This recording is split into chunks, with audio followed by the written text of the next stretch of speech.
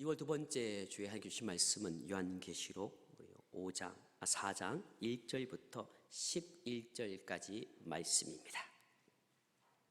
이루에 내가 보니 하늘에 열린 문이 있는데 내가 들은 바 처음에 내게 말하던 나팔 소리 같은 그 음성이 이르되 이리로 올라오라. 이후에 마땅히 일어날 일들을 내가 내게 보이리라 하시더라.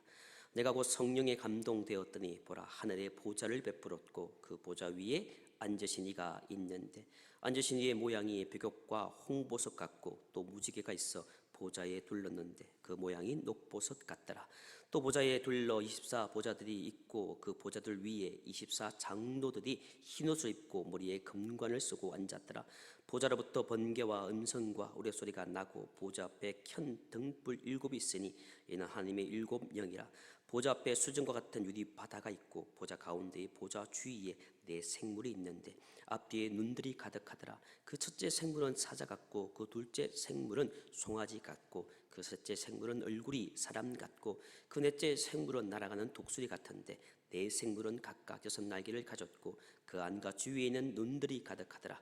그들이 반다 쉬지 않고 이르기를 거룩하다 거룩하다 거룩하다 주 하나님 곧 전능하신 이여, 전에도 계셨고 이제도 계시고 장차 오실 이시라 하고 그 생물들이 보좌에 앉아서 세세도록 살아계시는 이에게 영광과 존귀와 감사를 돌릴 때에 24 장로들이 보좌에 앉으신 이 앞에 엎드려 세세토록 살아계신 이에게 경배하고 자기의 관을 보좌 앞에 드리며 이르되 우리 주 하나님이여, 영광과 존귀와 근능을 받으신 것이 합당하오니 주께서 말씀을 지으신지라. 만물이 주의 뜻대로 있었고 또 지으심을 받았음나이다 하더라. 하나님의 말씀입니다. 변화 체인지라는 주제로 말씀을 나누고 있습니다. 오늘은 그 마지막 시간 예배입니다. 어느 개척교회에 목사님이 계셨습니다. 이 개척교회 목사님이 한 가지 마음에 늘 불편함이 하나 있었습니다. 부모님을 모시고 예배를 드립니다.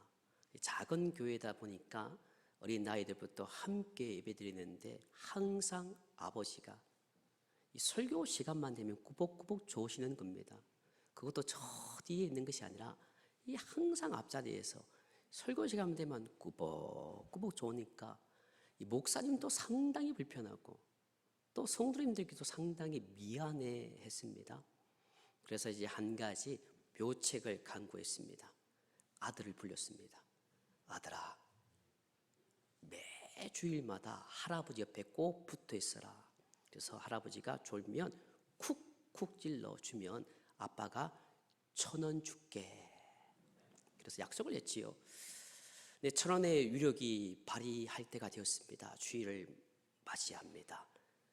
아냐 다를까 습관처럼 줍니다.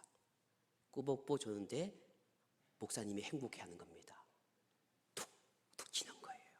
할아버지가 깜짝깜짝 놀라서 그래서 끝까지 예배를 잘 드렸습니다. 그래서 이제 아빠가 고마워서 1,000원을 아들에게 주니까 아들이 좋아합니다. 근데 그 다음 주가 되었습니다.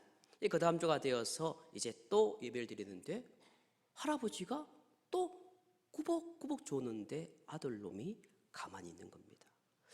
이 설교 내내 마음이 불편했습니다. 너무너무 불편한 거예요. 그런데 아들 불렸습니다. 아들아, 왜 할아버지가 줬는데 깨우지 않니?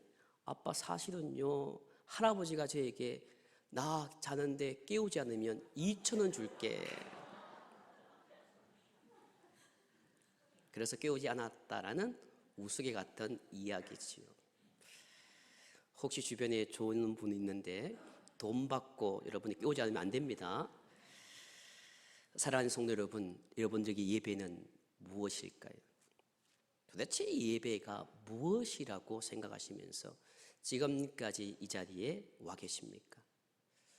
출애굽기 5장 11절 말씀을 보면 예배의 목적이 나타나 있습니다. 5장 1절의 말씀이지요. 그 후에 모세와 아론이 바로에게 가서 이르되 이스라엘 하나님 여호와께서 이렇게 말씀하시기를 내 백성을 보내라. 그러면 그들이 광야에서 내 앞에 절기를 지킬 것이니라 하셨나이다. 아멘. 그러니까 하나님께서 노예였던 이스라엘 공동체를 애굽 땅에서 구원해서 가나안 땅으로 인도하는 목적이 이 힘들고 어려운 땅에서 가나안 땅으로 감으로 말미암아 더 잘 살고 더 멋있게 살기 위해서, 그렇게 만들기 위해서 그들을 인도하는 것이 아니라, 바로 그들을, 그 이스라엘 백성들을 그 가나안 땅으로 인도하는 목적은 바로 절기를 지키고 예배를 드리기 위함이다라는 것입니다. 사랑하는 성도 여러분, 그래서 그리스도인들에게 있어서 가장 중요한 것이 있다면 가장 중요한 권리와 의무는 예배입니다. 예배의 형식은 시대에 따라서 변화되었습니다. 21세기를 살아가는 저희들, 2023년을 살아가는 저희들이 초대교회의 예배 형식대로 우리가 예배 드릴 수는 불가능한 일이지요. 그렇게 드릴 수가 없습니다. 그런데 예배의 경신이 뭐냐, 예배의 갱신이 뭐냐, 그것은 예배의 변화가 뭐냐, 그것은 바로 본질은 더 살리고 형식은 상황에 맞게 고쳐 나가는 것입니다. 이 상황에 맞는 예배로 말미암아 성도들로 하여금 좀 더 하나님을 만나게 하고, 그리고 큰 은혜와 성령의 임재를 경험하게 만드는 것이죠. 자, 그런데 우리가 늘 기억해야 할 것은 사람이 중심이 아닙니다. 사람을 위한 예배가 아니라 우리가 기억할 것은 하나님이 기뻐 받으시는 예배를 위해서 예배는 늘 갱신되어져야 되고 예배는 늘 변화되어져야 됩니다. 어떻게 예배가 변합니까?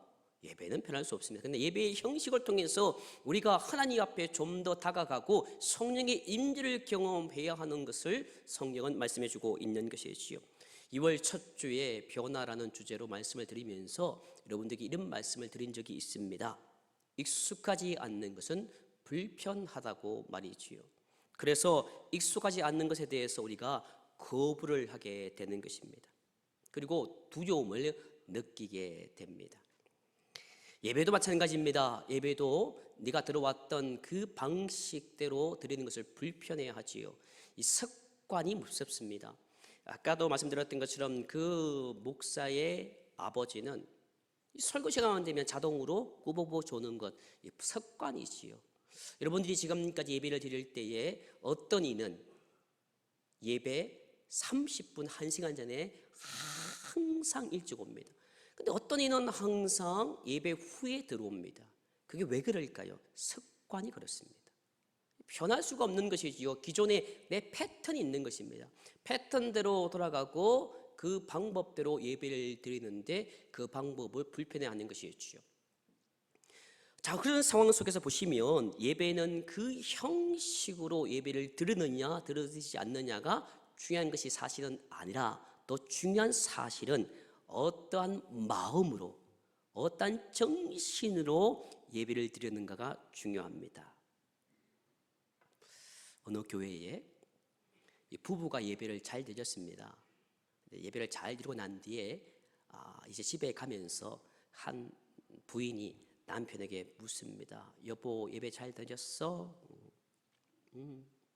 여보, 오늘 기도한 장로님 좀 뭔가 얼버무리지 않아? 기도가 씹히는 것 같았지? 그래? 나 몰랐는데? 아내가 다시 묻습니다. 오늘 찬양대 가운데 이 입술이 너무 빨갛지 않았어? 한 집사가 너무 빨갛잖아. 굳이 볼 필요 없습니다. 그래? 그랬나? 못 봤는데? 그러다 이제 이 아내가 조금 화가 났습니다. 여보, 그러면 목사님 설교할 때 넥타이가 좀 삐뚤어졌지? 아이고, 칠칠치 못하게 그걸 보지 못했어? 아이고, 목사님, 그렇지. 이 목사님이 그래? 나 못 봤는데? 그러는 겁니다. 그 아내가 그 말 듣고 답답해서 짜증을 냅니다. 여보, 당신 뭐 했어? 예배 드렸어? 아니, 그것도 못 보고 꾸벅꾸벅 졸았는 거 아니야? 아니, 어떻게 그걸 못 봐? 그러자 남편이 대답합니다. 여보, 내가 예배 드린다고 정신이 없었어.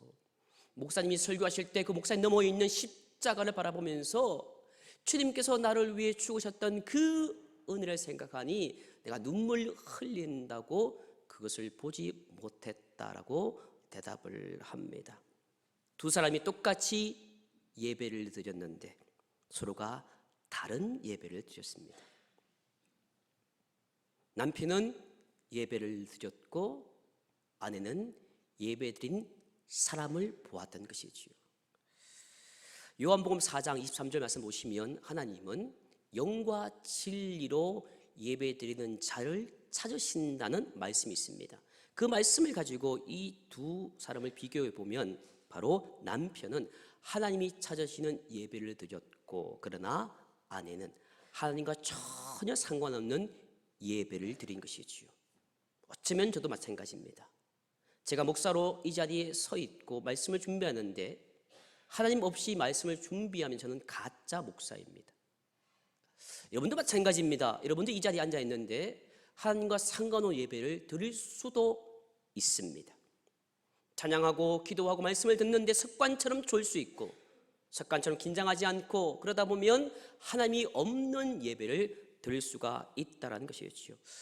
저는 대한예수장로회 통합측 목사고 저희가 통합측에 속해 있습니다. 그런데 지난 2022년 제가 속해 있는 이 통합측에서 개정된 이 예배 예식서가 나왔습니다. 이 예배 예식서는 그동안 2번 정도 만들어졌고 지난 작년에 개정되어서 통합측의 많은 교회가 이 예식에 따라서 예배를 드리고 각종 예식을 하도록 교회에서 총회에서 지정을 했지요. 그 예배 예식서 페이지 49페이지 보시면 주일 예배 형식을 기존에는 8가지로 나누었는데 이 책에는 자막을 보시면 주일 예배에 대해서 바로 주일 예배는 2가지로 되어집니다. 주일 예배 1, 주일 예배 2로 나누지요. 자, 여기에 기존의 8가지 예배 형식 가운데 3번째, 그러니까 기존의 8가지 예배 형식 가운데 그것을 3가지로 줬는데 주일 예배 1과 주일 예배 2에 1가지가 덮어주는 게 바로 페이지, 이 책의 65페이지 보시면 자막을 보여주시면 주일 현대 예배라는 것이 있습니다. 이 현대 예배는 contemporary worship이라는 것이지요. 그 예배의 내용을 그대로 제가 가져왔습니다. 현대 예배는 기존의 예배를 전통 예배라고 부름에 따라 붙여진 명칭으로 복음 성가와 자유로운 현대 문화와 예술적 표현을 다양하게 포함하는 예배로서 주일 예배의 한 형식으로 더뎌질 수 있다라는 것이지요. 자, 그러니까 주일 예배의 형식은 기존의 8가지 예배 형식 가운데 그것을 줄여서 총회에서 개정판은 3가지로 나눴는데 그래서 1과 2는 기존에 드려지는 전통 예배, 그리고 현대 예배, 여러분이 생각하기에 이 컨템포러리 예배를 여러분이 어떻게 오해하시는가 하면 기존의 열린 예배라고 생각했습니다. 그러면 전통 예배는 닫힌 예배가 됩니다. 그렇지 않지요. 지금까지 우리는 어떻게 닫힌 예배를 드렸습니까? 그렇지 않다라는 것입니다. 왜 총회에서 이렇게 예배 형식을 다양하게 했는가 하면 여러분, 자, 한번 질문해 주셔야 됩니다. 질문 답해 주셔야 됩니다. 양식, 한식, 일식 중에 뭘 좋아하나요? 예. 그래도 대단하네요. 저는요, 우리 아이들이 저한테 아빠 오늘 뭐 먹을래? 제가 한 번도 뭐 묻고 싶다 말을 하지 않았습니다. 너희가 묻고 싶은 것 미치는 겁니다. 대답해 주셔서 감사한데요. 여러분, 한식, 일식, 양식, 그러면 식당을 일식집 가서 사장 보고 사장님 양식 말고 일식 말고 한식 내라 하면 되겠습니까? 안 되는 거예요. 그래서 교회에서는 그 예배의 형식에 맞게 예배를 드리라는 것이죠. 우리 교회도 1부, 2부가 있습니다. 1부는 전통 예배지요. 2부는 현대 예배 가운데 현대 예배 컨템포러리 월십 1로 해당됩니다. 그래서 예배 전 10분 찬양이 현대 예배 1. 근데 중요한 것은 이 책에 보시면 현대 예배에 2가 있습니다. 이걸 제가 전문을 가져옵니다. 그 2는 첫 번째가 모임 예전. 그래서 우리가 모임 전에 이렇게 오르간 반주로 오르간이 쫙 되어지면 이제 11시가 땡 하면 예배자가 인도자가 올라옵니다. 그리고 환영 인사를 하지요. 그리고 예배의 부름을 합니다. 그리고 찬양과 경배가 이어지지요. 이 책에서는 4곡 정도 부르되 마음을 여는 찬양, 밝은 찬송가, 설교 주제에 맞는 찬양, 하나님만을 높이는 경배 찬양으로 선곡한다라고 안내 지침서가 나와 있습니다. 그리고 찬양 인도자가 인도하다가 맨 마지막 중간에 성도들을 이렇게 세우게 되는 것이지요. 그리고 참회와 고백의 기도를 합니다. 그리고는 사제의 말씀을 선포하지요. 신앙 고백을 하게 합니다. 그리고는 교회 소식을 전하고 성경 봉독하고 찬양대에 찬송이 있습니다. 그리고 난 뒤에 설교가 이어지지요. 설교 외에 저희가 하고 있는 것처럼 합심 기도를 하는데, 합심 기도는 설교 주제에 맞춰서 성도들과 함께 1, 2분 정도 통성으로 기도한다라고 되어 있습니다. 그리고는 결단의 찬송을 부르지요. 그리고 봉헌 및 기도하고 난 뒤에 파송 찬송을 부르고 축도함으로 흩어지는 것. 이게 컨템포리 월십, 현대 예배의 두 번째 예식입니다.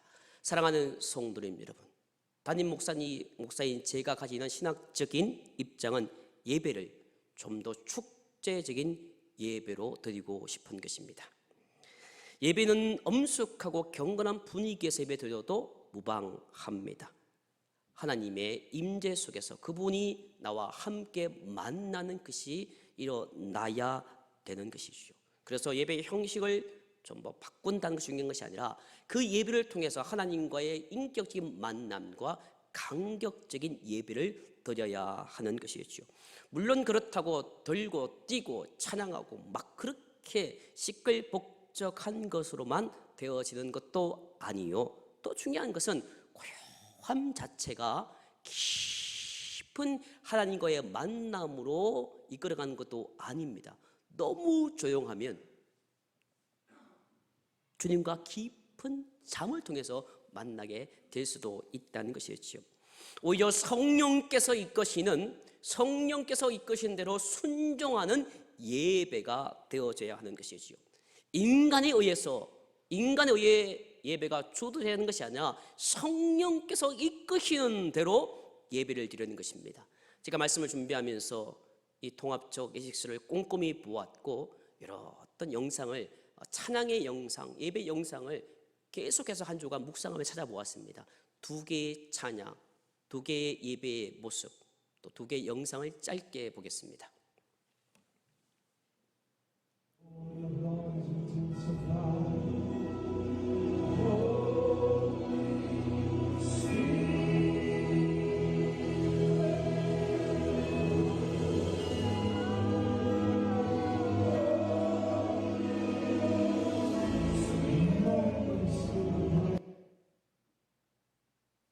When you're worshiping, don't just focus on yourself, focus on Jesus. Focus on Him. Worship, sing like joy. Sometimes you can have happy tears, and that's good. You can have happy tears so much times with God feeling your heart. It's feeling your heart that just you fall down. That's God. He touches your life. 여러분들이 시험 드는 건 아닙니다. 갑자기 영어 털어놔가지고 우리를 시험 들게 하냐라고 되어지는데, 이 아이의 찬양하는 모습 보셨습니까? 성령의 어노인팅, 그러니까 성령의 임재하니 그 아이가 찬양 들으면서 나도 모르게 눈물을 흘리는 장면이 첫 번째 장면이었습니다. 이 두 번째는 그 어린 아이가 말하는 것이 아니라 이 어린아이는 하나님의 은혜를 받아서 예언의 능력이 있는 아이입니다. 그 아이가 뭐라고 하는가 하면, 여러분 예배 드릴 때 자신에게 포커스 온 하지 말랍니다. 집중하지 말랍니다. 하나님께 집중하라는 것이지요. 하나님께 집중할 때, 찬양할 때 여러분들이 흘리는 그 눈물은 행복의 눈물인데, 그 눈물로 말미암아 하나님이 여러분의 마음을 만지시고 여러분의 인생을 터치한다는 사실이 눈물을 통해서 일어납니다라고 예언적인 말을 한 것이지요. 사랑하는 성도님 여러분, 그분이 울게 하시면 우시면 됩니다. 그분이 웃게 하시면 우시면 되는 것이지요. 그분이 춤추게 하시면 춤을 춰도 되는 것입니다. 잠잠하게 하시면 그저 성도들이 침묵 속에서 잠잠하면 되는 것입니다. 중요한 것은 모든 성도님들이 성령의 임재 안에서 그 성령의 그 운행하심이 있는 예배 속으로 들어가는 것이 중요함을 말씀해주고 있는 것이지요. 축제로 시작해서 고요함으로 끝날 수도 있습니다. 반대로 정말 그 고요함으로 시작했던 예배가 그 성령의 타치로 말미암아 기쁨으로 즐거움으로 끝날 수도 있는 것이 예배이지요. 중요한 것은 그 예배 가운데 하나님이 임재하시는 예배가 되어야 하는 것입니다. 우리 하나님은 영광과 찬송을 받으시기에 합당한 분이심을 오늘 성경은 말씀해주고 있는 것이죠. 그래서 우리가 하나님께 찬양과 경배드리는 것이 마땅한 일이며, 또 중요한 것은 우리에게 가장 영광스러운 일이며, 그리고 우리에게 가장 신나고 즐거운 일인 것입니다. 오늘 함께 읽었던 이 본문의 말씀, 요한계시록 4장의 말씀은 하늘에서 이루어지고 있는 예배의 모습을 설명하고 있습니다. 하늘 보좌를 보여주셨습니다. 하늘 보좌의 가운데에 하나님이 앉아 계십니다. 그 보좌 주변에 24개의 보좌가 둘러싸여 있습니다. 그 24개의 보좌에 앉으신 24명의 장로들이 흰 옷을 입고 머리에는 근관을 쓰고 앉아 있는 장면을 요한에게 보여주시죠. 그 보좌, 하나님의 보좌 앞에는 7개의 등이 있고 등불이 놓여 있고, 그 앞에 보시면 수중과 같은 깊은 유리와 같은 그런 바다가 펼쳐져 있습니다. 근데 더 중요한 것은 그 보좌 가운데와 보좌 주위에 4개의 생물이 있는 것이죠. 이 4개의 생물은 6개의 날개를 가지고 하늘을 나르며 하나님을 찬양하고 있는 장면을 오늘 요한계시록 4장은 설명해 주고 있습니다. 여러분 한번 상상해 보십시오. 정말 여러분 기회가 되면 제가 이거에서 그것을 한번 보여주고 싶습니다. 정말 그것이 있다면 정말 그곳에 얼마나 하나님께서 찬송과 영광 받으시기에 합당하신지 그 소리가 볼 수만 있다면 얼마나 좋겠습니까? 그러나 상상만 해도 우리 하나님이 얼마나 지존하신 분인지를 우리가 알 수가 있는 것입니다. 우리 하나님은 우리의 상상을 초월하시는 분이시지요. 감히 근접할 수 없는 위엄과 권위를 가지신 분이 하나님임을 요한계시록 4장은 말씀해주고 있습니다. 예배는 그 하나님의 이름에 합당할 만큼 하나님께 영광으로 예배 드리는 것이죠. 하나님의 영광이 여러분들이 그저 그렇게 의미 없이 앉을 만큼 영광이 하찮은 것입니까? 하나님의 영광이 내가 생애에 한 번 예배 드리는 것으로 말미암아 인생이 변화될 수 있는 것을 깨닫지 못하고 그저 반복적인 습관적인 모습으로 그저 주님 앞에 내가 흩어진 모습으로 예배를 드린 만큼 하나님의 영광이 그렇게 약한 영광일까요? 그렇지 않음을 말씀해주고 있습니다. 이제 하나님의 보좌 앞에는 번개와 음성과 우레소리가 나타난다고 성경은 말씀해주고 있습니다. 내 생물들이 그 하나님의 보좌 주변에 있어서 그 영광과 존귀를 감사하면서 내게 생물들이 날개를 가지고 하늘을 나르면서 찬송과 찬양을 끊임없이 계속합니다. 얼마나 큰지 그 찬양의 소리가 번개 같고 음성 같더라고 이야기해주고 있는 것이지요. 그 하나님의 보좌를 둘러싼 24장로가 그 보좌에 앉으실 때에 그 하나님께 찬양하는 그 4개의 생물을 바라보면서 그들도 그 자리에 앉아 있을 수 없어서 그들이 하나님 앞으로 나옵니다. 그리고는 근관을 다 벗고 그 하나님 앞에 엎드려 경배와 찬양을 하는 것이죠. 사랑하는 성도님 여러분, 세상에 어떤 관을 쓰고 계십니까? 돈이 많아 좀 남들보다 잘 살고 계십니까? 내가 많은 것을 배워서 지식의 관을 쓰고 계십니까? 어쩌면 영적인, 내가 이곳에서 영락교회의 영적인 이들한 그런 직분의 관을 쓰고 계십니까? 근데 그 장로들이 그 세상의 모든 관들을 다 벗어버리고 주님 앞에 엎드려 경배를 하는 것입니다. 그게 예배입니다. 우리는 이 자리에 앉아서 세상의 모든 것을 내려놓아야 되는 것입니다. 세상의 부요함도 지식도 그 모든 것도 다 내려놓고 오직 하나님께 경배와 찬양을 드려야 되는 것이 바로 오늘 요한계시록 4장에 우리에게 말씀해 주고 계시는 예배의 모습이지요. 사랑하는 성도님 여러분, 그 찬양의 소리가 얼마나 우렁차고 대단했을까를 상상해 보시기 바랍니다. 요한계시록 5장 11절은 그 모습을 이렇게 설명해 주고 있습니다. 천천의 만만의 천사들이 찬양하는 것과 같다라는 것입니다. 얼마나 대단했을까요? 그 찬양의 소리가 얼마나 웅장했을까요? 그들의 찬양의 주된 내용은 다른 것이 아니었습니다. 바로 하늘 보좌에 앉으신 하나님을 찬양하는 것이고, 그리고 어린 양 예수로 말미암아 나를 위해 죽으신 그 어린 양을 찬양하는 그 찬양의 내용이 그 찬양의 주된 내용임을 오늘 성경은 말씀해 주고 있는 것입니다. 이것이 오늘 우리가 드리는 예배의 원형입니다. 사랑하는 성도 여러분, 오늘 우리는 하늘에서 이루어지는 그 예배의 모습을 담기 위해서, 그것을 담아내기 위해서 우리도 하나님의 거룩한 보좌 앞에 나아가서 그 주 자신의 하나님의 모습을 보면서 그분 앞에 엎드려 절하고 찬송과 경배와 영광을 드리며 하나님을 높이는 것입니다.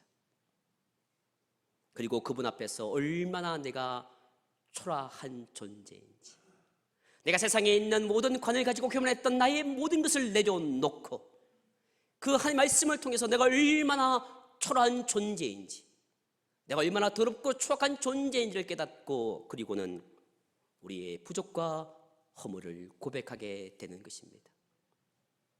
이때에 내가 정말 부족합니다. 하나님, 내가 너무나 교만했군요. 나의 부족을 용서해 주십시오라고 하나님 앞에 용서받을 때, 그때에 어린 양 예수님께서 우리를 위해서 피 흘리신 것을 기억함으로 말미암아 주님의 은총을 경험하게 되었어. 그래서 감사하게 되고 기뻐 뛰고 춤을 추게 되는 것입니다. 그리고 이제 하나님께서 주시는 그 예배의 모습으로 말미암아 올바른 삶으로 살아가겠다고 다짐하는 시간이 예배여야 되는 것이었지요. 그 하나님의 은혜와 하나님의 사랑이 얼마나 감사한지, 그 감사의 마음을 담아 표시로 하나님 앞에 우리 자신을 드리는 마음으로 하나님께 예물을 드리는 것입니다. 여러분, 돈이 없는 것일까요? 그렇지 않습니다. 자식들 돈이 없다고 공부 안 시킵니까? 돈이 없는 것이 아니지, 우리 마음이 없는 것입니다. 우리 마음이 있으면 우리 자녀들을 내가 빚을 내서라도 자녀를 키우려고 하는 것이 부모의 마음인 것처럼 우리에겐 돈이 있고 마음이 없는 것입니다. 근데 정말 우리가 하나님 앞에 그 은혜의 감사로 말미암아 우리가 그 나를 드린 마음으로 하나님께 많은 것을 드리며 은혜롭게 봉헌한 뒤에, 그리고 나를 용서해 주시는 하나님의 감사하면서 옆에 있는 성도들을 사랑해 주는 것입니다. 그래서 성도들 간에 교제하고 사랑을 나누고, 그리고 세상을 향해서 파송을 받는 것이 예배입니다. 그래서 이 예배가 그렇게 중요한 것이지요. 일주일 동안 살아갔던 우리의 모든 삶을 나타내는 이 예배가 그렇게 중요한 것입니다. 우리의 예배를 받으시는 하나님은 이렇게 높고 위대하신 분이시지요. 우리가 그분에게 걸맞은 영광과 존귀를 드려야 되는 것입니다. 우리가 아무렇게 앉아 있어서 예배 드릴 수 있는 분이 아닙니다. 그분의 영광에 맞는 걸맞은 예배를 드려야 됩니다. 습관처럼 졸아서도 안 되는 거예요. 습관처럼 예배에 늦게 와서도 안 되는 겁니다. 예배에 내가 목숨을 걸어야 되고, 예배로 말미암아 하나님을 만나야 내가 살아갈 수 있음을 내가 느낄 때 예배가 하나님의 영광에 맞는 예배가 되는 것이었지요. 그래서 우리가 하나님께 드리는 찬양을 대충 불러서는 안 됩니다. 정말 내 마음을 다해서 힘을 다해서 하나님께 뜨거운 찬양을 드려야 되는 것이지요. 배에 힘을 주고 정말 하나님 앞에 뜨거운 찬양을 드리며 24상도가 찬양하며 네 개의 생물이 날개를 치며 하늘을 나르며 찬양했을 때 그 찬양의 소리가 번개와 그 음성 같다는 것처럼 뜨겁게 하나님을 찬양해야 하는 이유가 여기에 있는 것입니다. 하나님을 만나는 성막, 예배의 장소는 세 가지로 나누어집니다. 예배 장소 세 가지는 성전 떠난 육적인 예배입니다. 두 번째는 성소 혼적인 예배지요. 마지막 세 번째 장소는 지성소 영적인 예배입니다. 이것은 구약시대의 성막을 통해서 우리가 알 수 있듯이 지금 이 자리도 마찬가지입니다. 여러분, 오늘 이 자리에 교회당에 들어왔서는 첫 번째는 바로 육적인 예배, 뜰 안에 있는 것입니다. 근데 여러분이 이곳에 들어와서 육적인 예배로 드려지는데 육적인 예배만 드리는 것이 아니지요. 말씀 듣기 이전에 여러분 이미 찬양하고 기도하고 여러분의 마음을 드렸습니다. 그렇기 때문에 힘차게 찬양하고 간절히 기도하고 지금 또 말씀을 듣고 있는 것입니다. 그래서 여러분들은 오늘 감정을 동원해서 찬양하고 여러분의 지적인 면을 동원해서 말씀을 들으려고 애를 쓰는 것입니다. 그래서 지, 증, 의를 다 동원해서 예배를 드리는 것이죠. 그것이 혼적인 예배, 성소의 예배였습니다. 지정의를 동원하여 깨달은 것, 깨달음이 있고 눈물과 감동이 있는 것, 그게 다일까요? 사실 혼적인 예배에도 감동이 있고 눈물이 있습니다. 혼적인 예배에도 지정의를 동반해서 예배 드릴 수가 있는 것이죠. 여러분이 할 수 있는 범위 내에서 최선을 다하는 예배, 지금도 그렇게 예배를 드리고 있습니다. 참 보기 좋고 아름다운 예배자의 모습입니다. 정성을 다해서 최선을 다해 예배 드리는 모습이 진정한 바로 뜰 안 성소인 혼적인 예배까지 온 것입니다. 그러나 그것이 다일까요? 예배 참 좋았다, 훌륭했다, 눈물도 있었다, 감동도 있었다, 깨달음도 있었다 하면 그것이 다일까? 사랑하는 성도 여러분, 우리는 이제 들을 만큼 들었습니다. 사실 너튜브를 틀면 저보다 설교 잘하는 분이 너무 많습니다. 들을 만큼 들었습니다. 여러분, 지금까지 수많은 것들을 경험하고 살아왔습니다. 신학이나 신앙에 대해서도 알 만큼 아십니다. 방법적인 면에서도 대단한 방법들을 다 가지고 계십니다. 기술적인 면에서도 어떤 것이 좋고 어떤 것이 나쁜지도 이미 다 알고 계십니다. 그러나 이제부터 우리는 모르는 것을 구해야 하는 것입니다. 그것은 바로 전적인 하나님의 성령을 구하는 것입니다. 이것이 바로 지성소로 들어가는 것이죠. 이곳에 와서 찬양하고 기도하고 말씀 듣고 그것에 내가 뭔가 오감으로 작업받고 내가 참 즐거웠다, 기뻤다, 그것으로 만족하는 예배는 나를 변화시키지 못합니다. 지성소로 들어가야 됨을 말씀해 주고 있는 것이죠. 전적으로 하나님의 은혜를 맛보는 장소가 지성소입니다. 성전 뜰 안의 예배와 그리고 성소의 혼적인 예배는 여러분이 할 일이 참 많습니다. 생각해 보십시오. 짐승도 잡아야 되고 제물도 바쳐야 되고 각도 떠야 되고 손도 씻어야 되는 성막처럼 여러분이 오늘 이 시간 지성소 들어오기 전까지 찬양들은 찬양 연습을 했을 것이고 여러분들은 이곳에 와서 기도하시면서 기도도 하시고 말씀을 듣고 험건도 하고 많은 것들을 함께 해왔습니다. 그러나 지성소는 우리는 할 일이 없습니다. 하나님께서 물 붓듯이 부으시는 은혜를 조용히 경험하는 것입니다. 우리가 할 일이 있는 것이 아니라 성령의 불이 우리에게 임하는 것이지요. 할 일이 없습니다. 그저 주님 앞에 집중하는 것입니다. 전혀 새로운 예배, 지성소의 예배, 하나님과 단독자로 만나는 예배를 경험해야 되는 것입니다. 야복강나루터에서 야곱이 씨름하여 주님과 단독으로 만났던 것처럼 하나님을 만나야 되는 것이지요. 우리의 이성을 뛰어넘고 우리의 생각을 뛰어넘고 우리의 상식을 뛰어넘는 하나님의 언어와 말씀의 언어가 있는 충만한 예배를 회복하시기를 주의 이름으로 간절히 축원합니다. 아무도 여러분들을 방해하지 못하고 어떤 시선도 어떤 욕망도 어떤 지식도 어떤 영도 방해하지 못하는 예배. 예배에 집중해야 되는데 시설이 어떻고 사람이 어떻고 시설을 여러분들이 뺏기지 마시기 바랍니다. 포커스 온이라고 했습니다. 나 자신에 집중하는 것이 아니라 사람이 집중하는 것이 아니라 하나님께 집중하면 시선이 두렵지 않습니다. 누구를 두려워하지 않습니다. 오직 하나님께 집중하는 예배가 될 수가 있는 것이지요. 그래서 곧 이 자리를 여러분의 지성소로 만드시기를 바랍니다. 하나님께 집중하는 예배, 사람들을 의식하지 않는 예배, 하나님과 만나는 예배.